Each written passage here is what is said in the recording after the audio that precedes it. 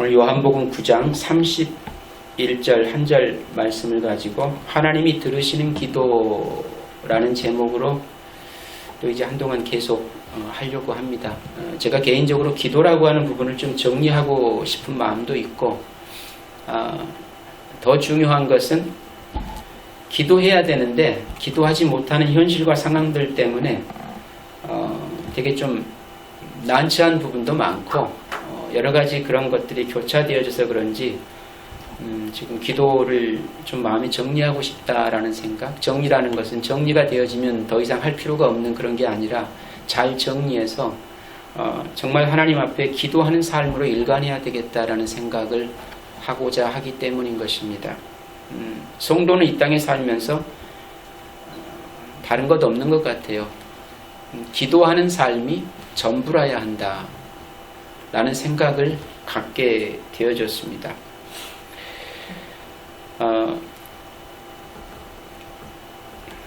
우리 장량희 목사님 오셔서 제 마음에 그동안 쭉 하나님 앞에 불평했던 한 가지 일이 있었거든요. 여러분들은 모르시겠지만 저도 주의 종이고 하나님 앞에 부름받아 그 목회자의 삶을 살아가고 있는데,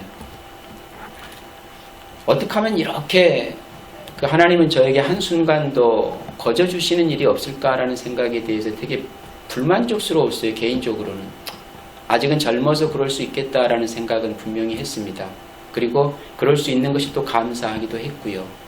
근데 저는 목회자로 살아온 동안에 한순간도 하나님이 제게 거저주시는 일은 정말 없었습니다. 걷어 받아본 적도 없었고, 제 삶도 마찬가지지만 한순간도 그래 본 적이 없었던 그 내 현실들을 들여다보면서 내가 너무 내 인생을 내 마음대로 책임져 가려고 그래서 그런가? 라는 생각까지도 해봤었어요. 제 삶을 들여다보고 또 와이프의 삶을 들여다보고 했을 때에 참 정말 열심히 하나님 것으로 내어놨던 그런 시간들이 참 많았고 그런 삶들이 참 많았었거든요. 어느 순간 제가 마음에 생각하기 이런 생각을 했었어요.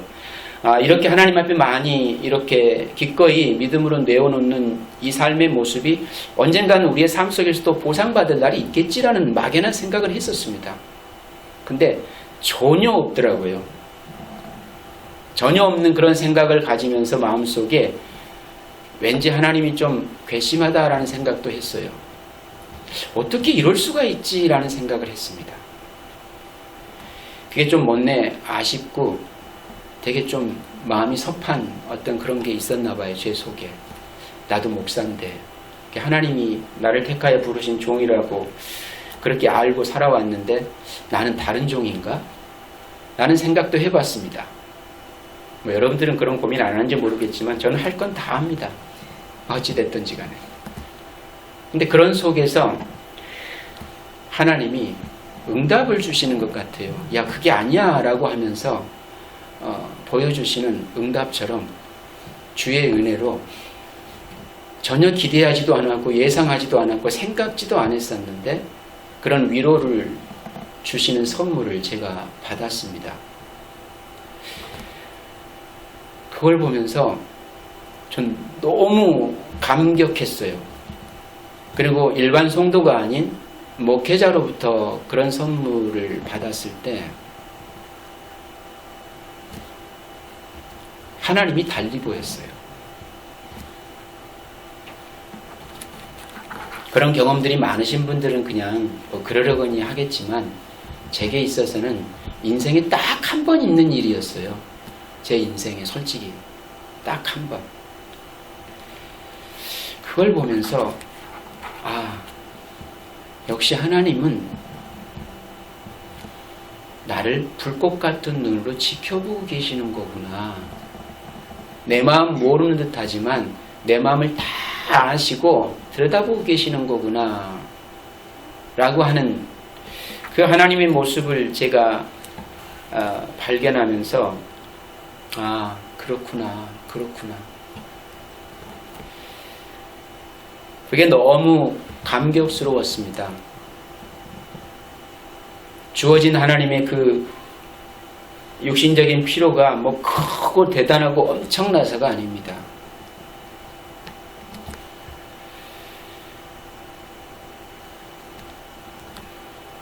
여호와 이레라고 하는 부분의 고백을 참 해볼 수 있는 그런 부분이었고, 하나님이 우리의 삶의 현실들을 너무나 정확히 들여다보고 계시는 분이시구나, 그냥 외면하고 계시는 분이 아니시다라고 하는 것을 다시 한번 생각하고 실감하는, 그래서 너무 감사했고 감격했던 참 위로가 되었습니다. 위로가. 제가 왜 이런 고백을 드리냐 하면, 오늘 본문의 말씀을 대하면서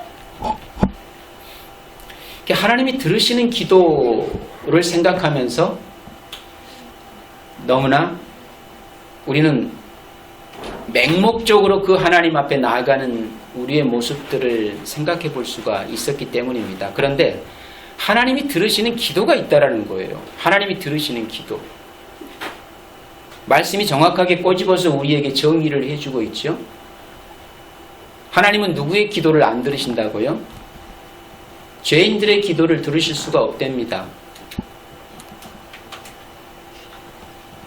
그럼 하나님이 누구의 기도를 들으시겠습니까? 의인들의 기도를 당연히 들으시겠죠.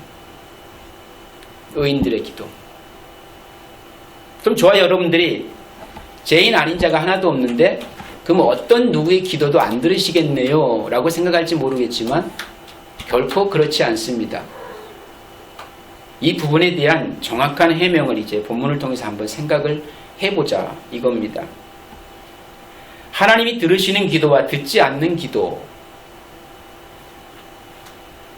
오늘 저라는 삶 속에서 과연 이렇게 듣는 기도와 듣지 않으시는 기도를 나누어도 될까라는 생각. 그렇다면 오늘 저와 여러분들은 정말 하나님이 들으실 만한 제대로 된 기도를 하고 있을까라는 것도 한번 생각을 해보셔야 되겠죠. 우리들이 늘 하는 그 기도는 하나님이 들으시는 기도가 된다라는 자신과 확신이 있습니까? 내가 하는 기도는 하나님이 다 들으셔. 그래서 기도하지는 않는 것 같아요. 그렇죠? 다 들으신다는 확신이 있어서 기도하지는 않는 것 같습니다. 혹시나 해서 해보는 기도도 무지 많기 때문에 솔직히 막연한 기도도 대단히 많다라는 얘기입니다. 믿음의 확신 없이 그저 하라 하시니까 기도해야 된다니까 의무감 때문에 하는 기도도 많습니다. 당장 이루어질 걸 아닌 줄 알면서도 또 기도하는 내용도 무지 많습니다. 그리고 장차 이루어진다고 하는 확신도 보증도 없는데 그냥 하는 기도도 무지 많습니다. 그렇죠? 그렇게 본다면 들으시는 기도와 안 들으는 기도는 별 의미가 없어 보입니다.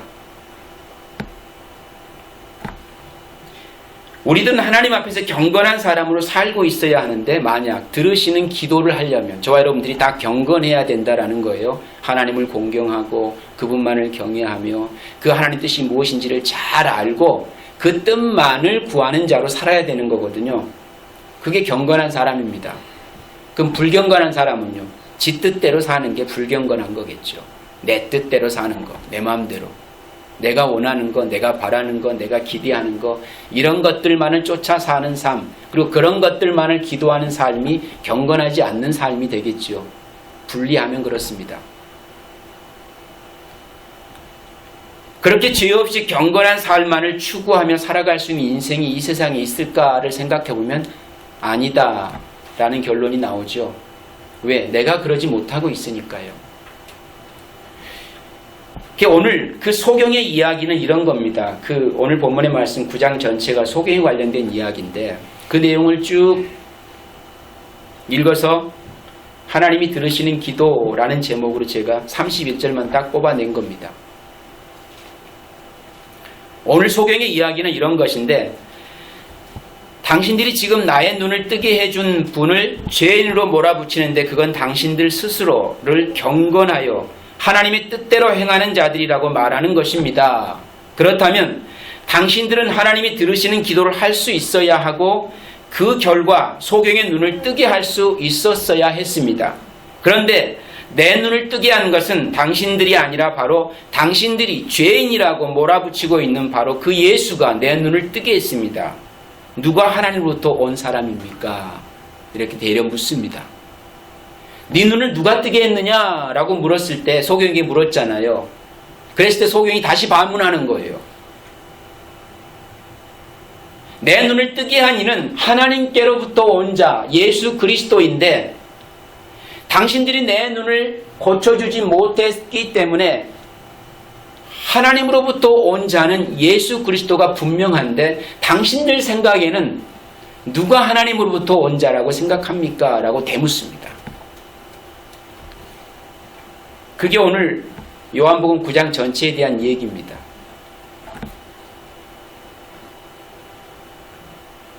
오늘 여기서 기도의 중요한 진리가 있죠. 그것은 하나님은 죄인의 기도는 듣지 않으시고 어떤 기도를 들으신다는 얘기입니까? 예, 의인의 기도를 들으신다라는 결론입니다. 그건 신구약 전체의 결론이에요. 사실은 하나님은 의인의 기도를 들으십니다. 죄인의 기도를 들으시지 않으십니다. 로마서 8장 26절 27절에 보시면 이와 같이 성령도 우리 연약함을 도우시나니 우리가 마땅히 빌 바를 알지 못하나 오직 성령이 말할 수 없는 탄식으로 우리를 위하여 친히 간구하시느니라. 마음을 감찰하시는 이가 성령의 생각을 아시나니 이는 성령이 하나님의 뜻대로 성도들을 위하여 간구하심이니라 라고 말씀하고 있습니다. 누구도 하나님의 뜻대로요. 성령도 하나님의 뜻대로 간구하신대요. 그렇죠? 근데 그 성령이 누구의 마음을, 우리의 마음을 감찰하시지요. 그래서 성령의 생각을 아시나니 이는 성령이 하나님의 뜻대로 성도들을 위해서 간구하심이니라 라고 이렇게 말씀이 기록하고 있습니다. 성경은 이처럼 우리 성도들이 무엇을 구할지도 모르는 기도에 있어서 분명히 문외한이죠. 뭘 구할지 모르고 살아가는 게 인생이라는 얘기입니다. 하나님의 뜻이 무엇인지 전혀 분별하지 못하고 살아가는 것이 저와 여러분들이래요. 하나님의 뜻 좀 가르쳐 주세요. 알면 내가 그 뜻만을 구하게요 라고 알려줘도 그것이 하나님의 뜻인지 아닌지 별로 분간을 못하는 게 저와 여러분들일 수 있습니다. 알려줘도. 그래서 우리 안에서 성령께서 말할 수 없는 탄식으로 우리를 위해서 친히 간구하고 계시다라고 말씀합니다. 본문에는 하나님의 뜻대로 행하는 자의 기도를 들으신다고 했는데 로마서에서는 하나님의 뜻대로 간구하는 분의 기도를 들으신다 이렇게 말씀합니다. 그런데 이처럼 하나님의 뜻대로 행하고 하나님의 뜻대로 간구할 수 있는 분은 누구십니까? 하나님 한 분밖에 없어요. 당신의 뜻을 당신이 제일 잘 아시죠. 우리가 같이 살아가는 부부가 서로 무슨 생각을 하고 사는지 어쩌다가는 알지만 대부분은 다 모릅니다. 그렇죠? 예. 어쩌다 맞는 수는 있죠. 아는 수가 있고. 그렇지만 대부분은 다 몰라요. 사실. 아는 것 같지만 잘 모릅니다. 그래서 한길 물속은 알아도 사람 속은 알 수가 없다 그러잖아요. 그걸 인정하셔야 서로에 대한 이해의 폭이 생깁니다. 그걸 인정 안 하면 절대 서로에 대한 이해의 폭이 안 생기는 거죠. 다 안다고 생각하면 상대방을 어떻게 합니까? 때로는 업신여길 수도 있고요. 무시할 수도 있고 내가 네 머리 꼭대기에 앉아있어. 어디 감히 이렇게 생각하면은 안 되는 거예요. 그러면 서로에 대한 존경의 마음이 그만큼 많이 사라지는 겁니다. 절대 알 수 없어요. 그러니까 모른다 생각하고 좀 말해주지 라고 기다리는 게 차라리 나을 것 같습니다. 괜히 헛다리 짚혀서 무시당하지 말고. 예, 그렇죠? 예. 하나님의 뜻대로 행하고 하나님의 뜻대로 간구할 수 있는 분은 하나님이십니다. 그 뜻을 저와 여러분들이 다 헤아려 알아가지고 그 뜻만을 구하며 살아야지 있을 수 없는 것 같아요. 안 되는 것 같습니다. 그건. 그러므로 엄밀히 말해서 성도들의 기도는 우리 안에 계신 예수 그리스도의 영에 의해 걸러져서 멋지게 그분의 기도로 바뀌어서 하나님 앞에 올려드려지는 겁니다. 자, 그러면 이제 여기 한 가지 전제가 있습니다. 하나님은 죄인의 기도는 들으실 수 없어요. 듣지 않습니다. 그런데 누구의 기도는 들으신다? 의인의 기도는 들으신다. 자, 그러면 죄인과 의인의 분기점이 어디 있습니까? 십자가죠. 십자가. 그러면 이제 의인의 기도는 들으신 하나님이 성도의 기도는 들으실까요? 안 들으실까요? 당연히 들으시죠. 십자가가 분기점이라고 말씀을 드렸습니다. 저와 여러분의 기도는 하나님이 들으실 수밖에 없는 거죠. 그런데 여러분의 뜻대로 되어지는 기도가 아닌 성령의 인도하신 대로 드려지는 기도를 들으시는 거죠. 어떻게 해요?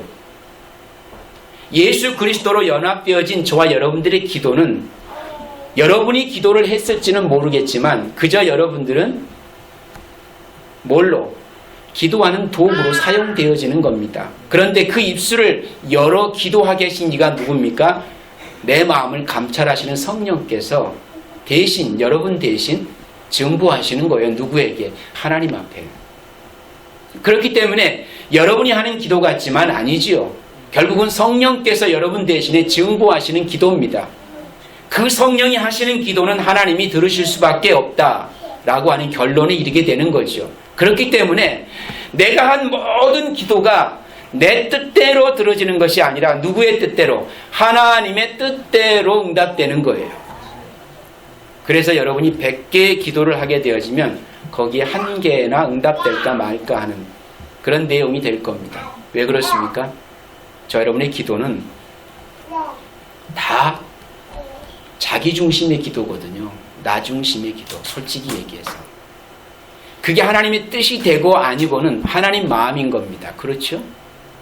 그 하나님의 뜻과 맞닿아 있는 것만 하나님이 들어 응답하실 수가 있는 거니까. 그렇지만 여러분의 기도를 듣지 않는 하나님이 아니시라는 거예요. 성도의 기도는 100% 하나님이 들으십니다. 그런데 응답에 있어서 걸러지는 거예요. 누구에 의해서? 하나님에 의해서. 하나님에 의해서.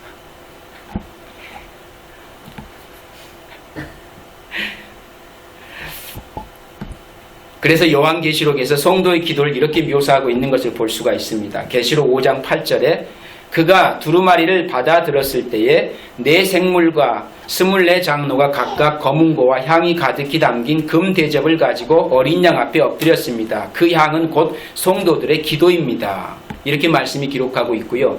또 계시록 8장 3절과 4절 말씀에 또 다른 천사가 와서 계단 곁에 서서 금향로를 가지고 많은 향을 받았으니 이는 모든 성도들의 기도들과 합하여 보좌 앞 금단에 드리고자 함이라. 향연이 성도들의 기도와 함께 천사의 손으로부터 하나님 앞으로 올라가는지라. 성도의 기도가 홀로 올라가지 않아요. 어떻게 올라간다고요? 향연이 함께 올라갑니다. 자, 보세요. 그러면 예수님께서 성도들의 기도를 하나님께 올려드리는데 그 기도가 그냥 올라가지 않고 어떠한 향연, 그러니까 향의 연기와 함께 섞여져서 올라갑니다. 섞여져서. 그 말은 성도들의 모든 기도는 예수 그리스도가 섞는 예수 그리스도의 기도, 즉 향연과 함께 하나님께 올라가게 된다라는 이런 내용이 되는 거예요. 결국 예수 그리스도의 증보 없이는 여러분의 기도는 하나도 하나님 앞에 당도할 수가 없어요. 그럼 그 모든 기도는 누구의 뜻대로만 되어지는 겁니까? 하나님의 뜻대로만 되어지는 거예요. 거기에 하나님의 뜻이 있는 겁니다.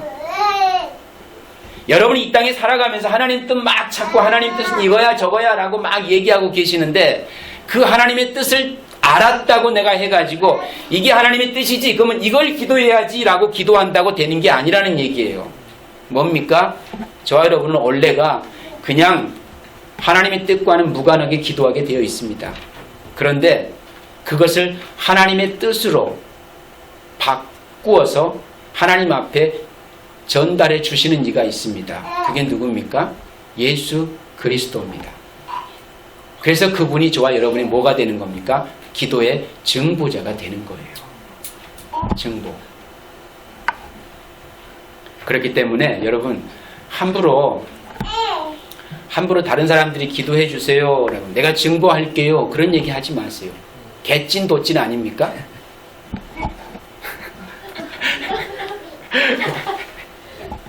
그렇죠.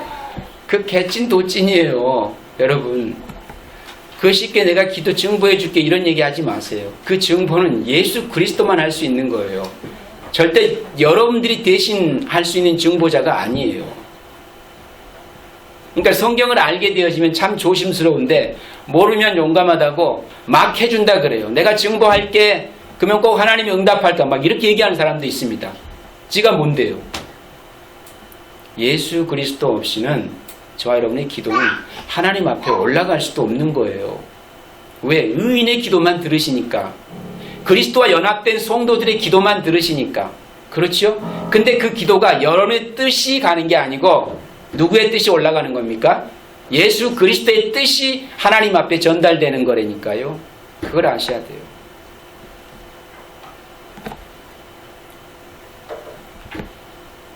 그래서 성경은 죄인들과 하나님 사이의 증보자를 예수 그리스도다라고 그렇게 말씀을 하고 계시는 겁니다. 디모데전서 2장 5절, 히브리서 8장 6절에 보시면 이렇습니다. 하나님은 한 분이시요 또 하나님과 사람 사이의 증보도 한 분이시니 곧 사람이신 그리스도 예수라 분명히 말씀해 주고 있죠. 그 다음에 그러나 이제 그가 더 아름다운 직분을 얻었으니 이 더 좋은 약속으로 세우신 더 좋은 언약의 증보시니라. 누가요? 예수 그리스도가요. 증보자는 한 분이십니다. 예수 그리스도예요. 저와 여러분이 섣불리 이 땅에서 살아가면서 누군가의 증보자가 되려고 하지 마십시오. 그렇다면 우리 안에서 우리를 대신하여 주님께 하나님께 드린 기도의 내용이 무엇일까? 라는 겁니다. 주님께서 우리의 기도에 담긴 기도의 향연을 섞어서 그 기도를 경건하고 하나님의 뜻을 쫓는 주님의 기도로 만들어서 하나님 앞에 올려 보내신다고 하시는데 기도는 무엇으로 수렴이 되겠는가라고 하는 거예요. 그 기도가. 분명히 우리의 기도는 점점 변해서 어떻게 해요? 어느 자리에까지? 주님의 기도처럼 화되어질 터인데 주님의 기도는 아니지만 그 모습을 닮아가지게 될 게 아닙니까? 그렇죠?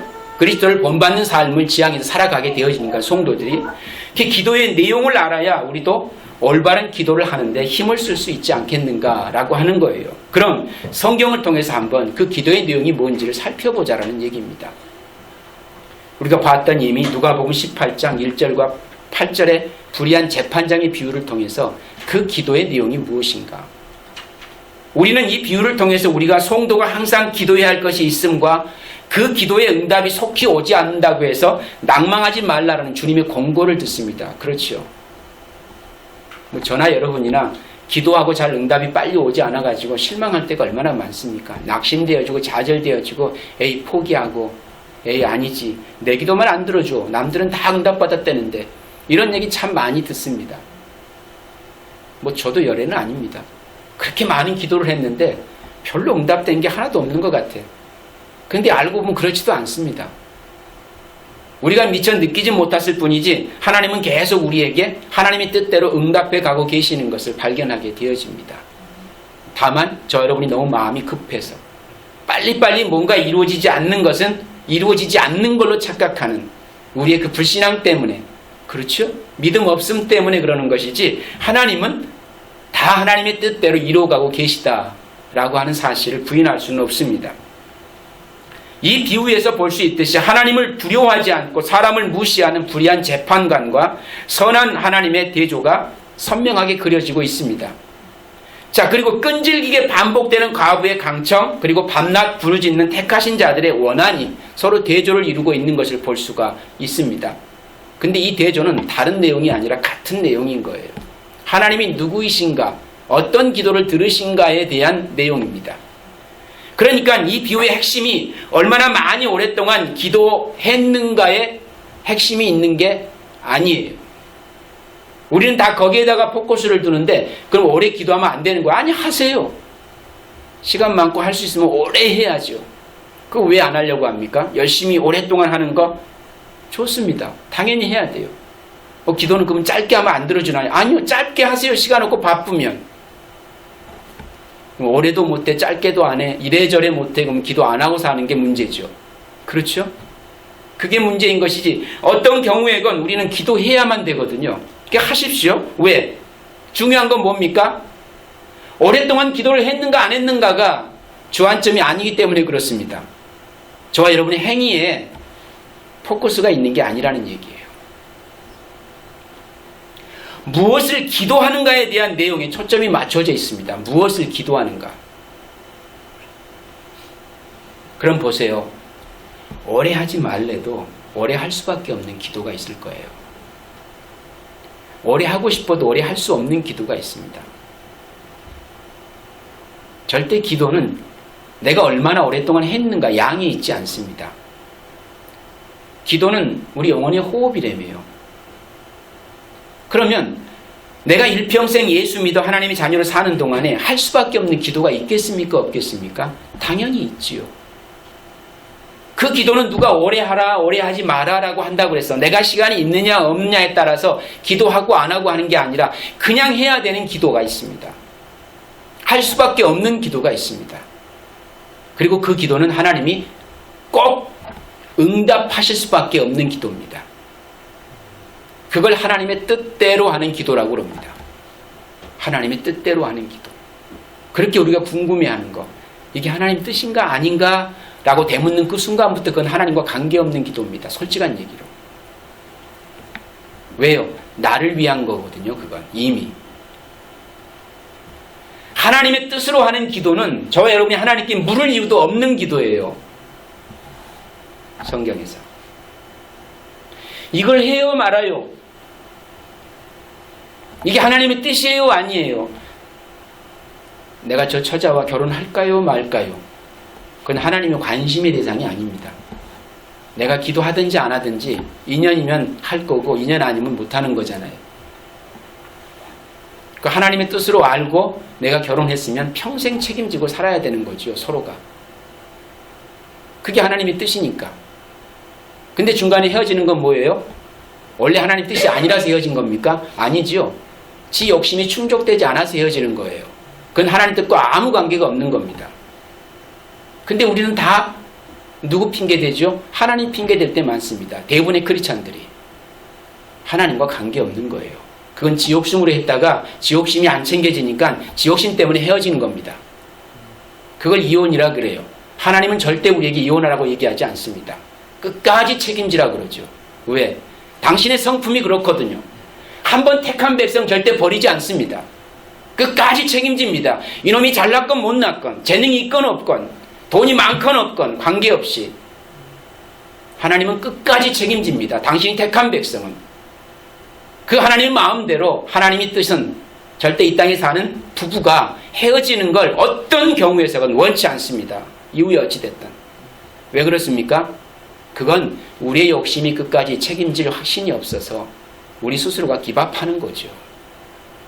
그럼 그걸 잘했다 못했다 얘기해야 됩니까? 아니죠. 그런 건 누구에게 손가락 받을 일도 아니고 판단받을 일도 못 됩니다. 왜 그렇습니까? 네가 살아보지 않았으니까. 네가 살아보지 않았으니까. 네가 그렇게 살아보지 않았기 때문에 나를 평가할 그런 자격이 없는 거예요. 그냥 그런 마음이 들거든요. 긍휼히 여기시고 기도해 주세요. 그 마음에 위로가 받고 회복되어지고 다시금 우리의 모습이 하나님 앞에 온전해지도록 위해서 계속 기도하시고 그렇게 같이 서로 사랑으로 보듬어주고 감싸 안아주고 살아가는 것, 그것이 성도가 살아가는 삶의 모습이고, 저와 여러분이 그 일을 위해서 기도했다면 더 그 하나님의 사랑으로 덮어주고 감싸주는 것이 마땅히 우리가 내놓아야 할 사랑의 열매겠지요.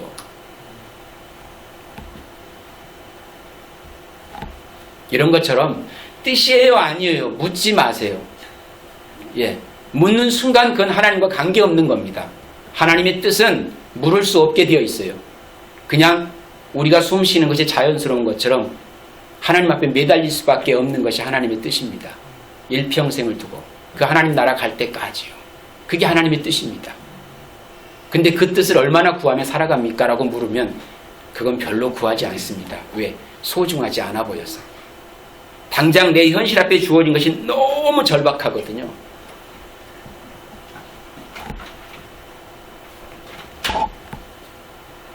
제가 이렇게까지 얘기 드리는 것은 그 누가복음 18장의 내용에 불의한 재판장의 비유가 얼마나 오랫동안 기도했는가에 초점이 있는 게 아니라는 얘기를 하고 있는 거예요. 무엇을 기도하는가에 대한 내용이 초점이 있는 거예요. 무엇을 기도하는가. 마땅히 구할 것을 구하고 있는가, 구하면 안 되는 것을 구하고 있는가, 이 문제인 것이지 얼마나 오랫동안 때를 쓰며 달라고 막 부르짖고 있는가, 이게 아니에요. 불의한 재판장이라도 들어줄 수밖에 없는 것, 하나님이 사랑하시는 자녀들의 그 원한이 무엇인가에 초점이 맞추어져 있다는 얘기입니다. 예를 들어보면 위와 같은 거, 여러분이 똑같이 사랑하는 두 자녀가 있습니다. 그런데 한 녀석은 무언가 갖고 싶으면 길바닥에 그냥 나뒹굴어줘요. 사줄 때까지 막 때를 쓰고 앙탈을 부립니다. 근데 한 녀석은 어린 나이에도 불구하고 엄마 아빠를 너무 잘 압니다. 그래가지고 자기 마음이 원하는 것이 있는데 절대 떼쓰지 않습니다. 충분히 이해해드립니다. 언젠가는 주시겠지. 지금은 엄마 아빠가 너무 힘들고 어려우기 때문에 그게 안 될 거야. 그래서 미리 그냥 자기 마음을 접습니다. 떼쓰는 아이와 마음을 접고 기다려주는 그 아이, 누구의 편을 들어줄까요?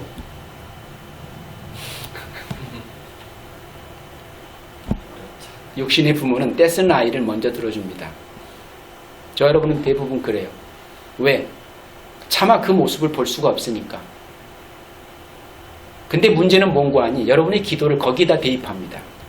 나의 정성, 수고, 애씀, 내가 그렇게 떼쓰면 하나님이 들어줄 수밖에 없다고 착각하는 것, 그게 잘못된 신앙이라는 얘기예요. 그건 우리의 믿음은 너무 무모한 거예요. 그리고 하나님 앞에 나가는 우리의 자세가 너무 불손한 겁니다. 누구를 들어준다고요? 부모는 그 둘 다 뭘 원하는지 다 알고 있습니다. 어차피 들어주게 돼 있거든요. 그렇게 길바닥에 나뒹군다고 들어주는 것도 아니고 자기 마음을 접었다 그래서 안 들어주는 것도 아닙니다.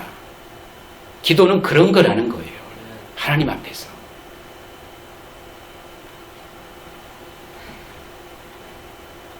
우리 하나님은 언제나 그 두 아이의 마음을 이미 다 들여다보고 계십니다. 오늘 우리의 마음도 그렇게 하나님은 다 들여다보고 계시다라는 거예요.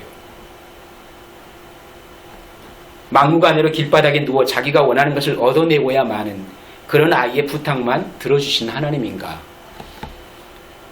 그리고 부모를 생각하고 다른 형제들을 배려해서 아무런 요구도 하지 않는 아이는 평생 아무것도 하나님이 안 주시는가? 이거예요. 그러면 이제 저 여러분들이 기도에 대한 것이 클리어질 거예요. 기도는 통성으로 해야 됩니까? 조용히 묵상하며 해야 됩니까? 뭐가 중요하죠? 하나도 안 중요합니다. 통성으로 하든 묵상으로 하든. 기도를 밤을 새워가면서 그냥 해야 됩니까? 아니면 잠깐 해야 됩니까? 하나도 안 중요합니다. 밤새워 해야 될 일 있으면 밤새워 하시고 잠깐 하고 싶으면 잠깐 하세요. 그게 뭐 그렇게 중요한 일입니까? 중요한 건 뭡니까? 무엇을 기도하는가가 중요하다고 말씀드렸습니다. 여러분 인생에서 난 이것만큼은 꼭 하나님이 허락해 주셨으면 좋겠어라는 그런 마음이 있으면 밤새워 하지 말라 그래도 할 겁니다. 누가 말려도 할 거예요. 길바닥에 나둥거려 있는 것처럼 지금 당장 이걸 꼭 얻어내고야 말까 해가지고 아이가 그냥 개거품을 하고 막 들어 누우면 어쩌겠습니까? 들어줘야지. 근데 들어주면서 한 소리 듣죠. 그렇지 않겠습니까? 너 다시는 이러면 절대 안 들어준다라고 엄포를 넣습니다. 부모는. 다음번에 그러면 또 안 들어줄까요? 그래놓고 또 들어줍니다. 우리 인생은 그래요. 그런데 하나님은 안 그러십니다. 그걸 아시라는 거예요. 하나님은 안 그러세요. 왜 그렇습니까? 하나님께서 외면당하고 막 이런 모습으로만 이해가 됩니까? 그게 아니죠. 하나님의 뜻을 이루어가는 성도의 삶 속에서 그 세상이 얼마나 그것이 어리석고 미련하고 우둔하게 보이겠습니까? 오늘 이 땅에 사는 성도들에게 세상이 별 해코지를 하지 아니해도 결국 성도와 세상은 분리될 수밖에 없는 현실이기 때문에 그 삶이 대단히 불편할 거예요. 그렇죠? 그렇기 때문에 그 성도들의 모습은 이 세상 가운데 자립하여 존재할 수 없는 대상으로 치부가 되는 거죠. 이 세상에 잘 먹고 잘 살게 되면 얼마나 좋겠어요. 사는 것 자체 가지고 얘기하는 게 아니잖아요. 그들의 마음이 이 세상에 안주하고 살 수 없는 현실이라는 걸 알기 때문에 본향을 그리워하며 살아가는 성도들에게 있어서 이 세상의 현실이 자기한테 밀려오면 밀려올수록 뭐예요? 자꾸만 뭔가 많이 주어지면 주어질수록 그것이 자기에게는 유혹의 미끼가 되는 거 아닙니까? 대단히 불편한 대상이 되어지는 거죠. 근데 그것이 만족스러운 대상이 되어지고 있으면 그건 뭔가 문제가 있는 거예요. 근원적으로. 근데 성도는 절대 그것이 만족하며 다가오지 않습니다. 오히려 그것이 두려움과 공포로 다가와야 맞죠. 그래서 그 현실을 자꾸만 이제 하나둘씩 정리하고 제거하는 삶을 살아가는데 노력할 겁니다. 성도는 그래서 내게 주어지는 것들을 많이 쌓고 사는 존재가 아니라 내게 주어진 것들을 나누고 베푸는 일에 내 것들을 자꾸만 퍼주는 일에 애쓰고 수고하는 삶으로 살아가게 되어져 있어요. 왜? 내 인생의 초점이 여기에 있는 게 아니고 이상이 있는 게 아니라 그 하나님 나라에 있기 때문에 결코 이것으로 만족할 수 없는 나라는 걸 알기 때문에 하나님의 뜻대로 살기를 고집하는 성도의 삶 속에서는 자꾸 그걸 비워내는 삶을 주장하게 돼 있다는 얘기입니다. 그 삶을 뭐예요? 세상에게 맞아 죽는 성도들의 모습으로 지금 비춰지고 보여지는 겁니다. 그렇게 영적인 삶을 지향해 살아갈 수밖에 없는 대상, 그들에게 있어서 이 육의 세상은 끊임없이 도전되어지고 끊임없이 유혹의 미끼가 되어져서 우리의 마음에 고통을 안겨주는 그런 대상일 수밖에 없는 현실인 거거든요. 왜? 그것을 이겨내야 되니까. 이렇게 하면 설명이 좀 되는지는 모르겠지만, 그래서 땅에 있는 모든 성도들이 이 세상에 의해 다 죽는 세상이 마지막 날입니다. 그렇게 하나님 백성들로 온전히 분리되어지면 그때 하나님의 심판이 우리 가운데 임하겠죠. 옷쓰는 가운데 주님이 와가지고 아직 내 마음도 결정이 안 됐는데 그때 와서 당신의 백성을 택하여 부르시지는 않습니다. 건져가시지 않는 거예요. 뭡니까? 다 나뉘어지면 그때 하나님이 오셔서 내 백성만 끄집어 올리십니다. 그게 구원이에요. 그때까지 견디라는 겁니다. 좀 참으라. 인내해라. 나 믿고 좀 견뎌줄 수 없겠니? 그렇다면 성도들의 신원이 무엇이겠는가? 마음의 그 한, 원한, 우리가 생각하는 성도들이 그렇게 주님 앞에 와가지고 이것 좀 해결해 주세요 라고 그렇게 때를 쓰며 부르짖는 그 기도의 내용이 뭐겠는가라고 한번 생각을 해보세요.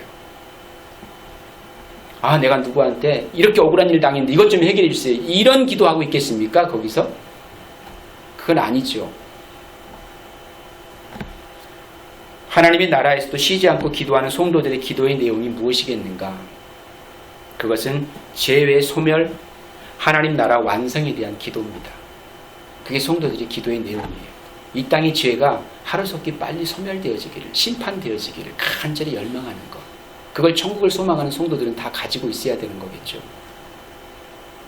이 땅의 죄를 멸하시고 당신의 택한 백성들을 구원하세요. 그래서 하나님의 나라가 우리 가운데 영원한 통치가 이루어질 수 있도록 그날이 속히 오기를 바랍니다. 그게 성도들이 하나님 앞에 하는 신원입니다. 탄원이에요. 그래야 주의 나라가 오니까, 그래야 하나님과 영원히 함께 할 수 있는 거니까 그게 소망이잖아요. 이게 불편하면 이 땅에서 영원히 살고 싶은 거예요. 뭘 복수해달라는 그런 내용이 아니라는 얘기입니다. 여러분, 스데반이 돌에 맞아 죽으면서 나에게 돌 던진 놈 한 놈도 빠뜨리지 말고 다 죽여주세요 이렇게 기도하던가요? 그렇게 기도하지 않죠. 저들이 하는 일을 알지 못하고 하는 곳 있으니까 용서해 주세요라고 기도하죠. 그게 원한 섞인 기도입니까? 아니죠. 저들의 죄를 심판하세요라는 거거든요. 용서가 안 되면 심판밖에 더 있습니까? 긍휼의 기도를 드리지만 여전히 그 예수가 누군지를 모르고 거기에 돌을 던지며 정죄하는 이들 속에 하나님의 심판을 피할 수 있는 대상이 누가 있습니까? 그러나 성도 입에서는 뭐가 나오는 거죠? 용서가 나오는 겁니다. 저들을 용서해 주세요. 자기 원한을 풀어달라고 구하지 않습니다. 뭐 때문입니까? 저 죄를 심판하세요. 주의 나라가 속히 이 땅에 임하도록.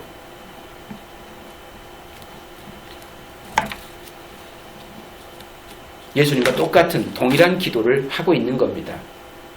스데반이 천국 가서 마음이 바뀌어가지고 저놈들을 빨리 복수해 주세요 라고 그렇게 기도할 수 있겠는가? 그렇지는 않은 겁니다. 성도는 원수를 사랑하는 것을 목적으로 하여 성숙되어지고 양육되어지고 있는 것이기 때문에 원한, 신원 이런 것들은 죄에 대한 소멸을 말하고 있는 것이지 자기 속에 있는 그 분노를, 그 억울함을 풀어달라고 하나님 앞에 탄원하고 있는 기도가 아니라는 얘기입니다. 성도는 죄로 고통받고 있는 세상을 안타까워하면서 어서 죄가 청소되고 우리 하나님의 의가 다스리는 완전한 세상이 도래하기를 천국에서도 간절히 기도하게 되는 것입니다. 그리고 이 세상에서도 바로 그러한 하나님 나라 완성에 대한 기도를 어떻게 하라고요? 항상 낭망치 않고 믿음으로 해야 된다라고 우리에게 가르쳐주고 있습니다. 그래서 불의한 재판장의 비유의 결론이 인자가 올 때 세상에서 믿음을 보겠느냐라고 끝나는 거예요. 믿음을 보시겠다라는 겁니다. 믿음. 그러니까 이것은 성도라는 사람들이 엉뚱한 것을 바라고 엉뚱한 것을 기도하고 있다라는 경고의 말씀이 되어지기도 하는 것입니다. 기도는 은혜의 수단이라고 말씀을 드렸습니다. 그 은혜의 수단이라고 하는 것은 하나님께로부터 내게 주어지는 것이기 때문에 하나님의 뜻대로 구하는 그 기도를 오늘 저와 여러분들로 할 수 있도록 우리를 이끌어 내시는 것입니다. 우리 성도들은 기도는 결국 그렇게 죄와 악이 소멸된 하나님의 나라와 완성으로 수렴되어지는 것이다 라는 거예요. 하나님은 우리의 모든 기도를 바로 그러한 내용의 향연을 덮어서 하나님께 올려드립니다. 여러분은 여러분의 목적을 위해서 기도할지 모르겠지만 성령께서 그 기도를 가지고 올라가시면서 어떻게 하신다고요? 그리스도의 중보를 통해서 그 기도가 주님의 뜻대로, 하나님의 뜻대로 올려지는 기도가 되도록 그렇게 이끌어 내시는 것입니다. 그렇기 때문에 저와 여러분의 인생의 삶 속에서 내가 원하는 것, 내가 바라는 것, 내가 기대하는 것이 이 땅에서 잘 주어지지 아니해도, 허락되어지지 아니해도 그것 때문에 섭한 마음 가질 필요 없습니다. 왜 그렇습니까? 저와 여러분을 사랑하신 하나님께서 다 아시고 필요에 따라 주시마 약속하신 거기 때문에 때에 따라 허락하실 부분들은 허락하실 거고 그렇지 않은 부분에 대해서는 침묵하시면서 그냥 그렇게 바라보실 것입니다. 때로는 거절하시면서 저 여러분의 삶을 하나님의 뜻대로 인도해 가실 것입니다. 그렇기 때문에 너무 낙심할 이유가 없는 겁니다. 그 하나님 믿고 어떻게 하라고요? 낭망하지 마시고 믿음 붙들고 살아가시라는 거예요. 이게 기도입니다. 기도는 저와 여러분들이 그 하나님을 향해서 끊임없이 그 하나님만을 신뢰함으로 그 하나님이 구하신 것 앞에 우리가 정말 저 여러분의 삶을 내려놓고 가장 기쁘고 가장 감사하고 가장 감격스러운 모습을 가지고 나아갈 수 있는 은혜의 도구요 수단이다. 그 기도를 하나님은 분명코 들으십니다. 분명코 들으십니다. 기도하겠습니다.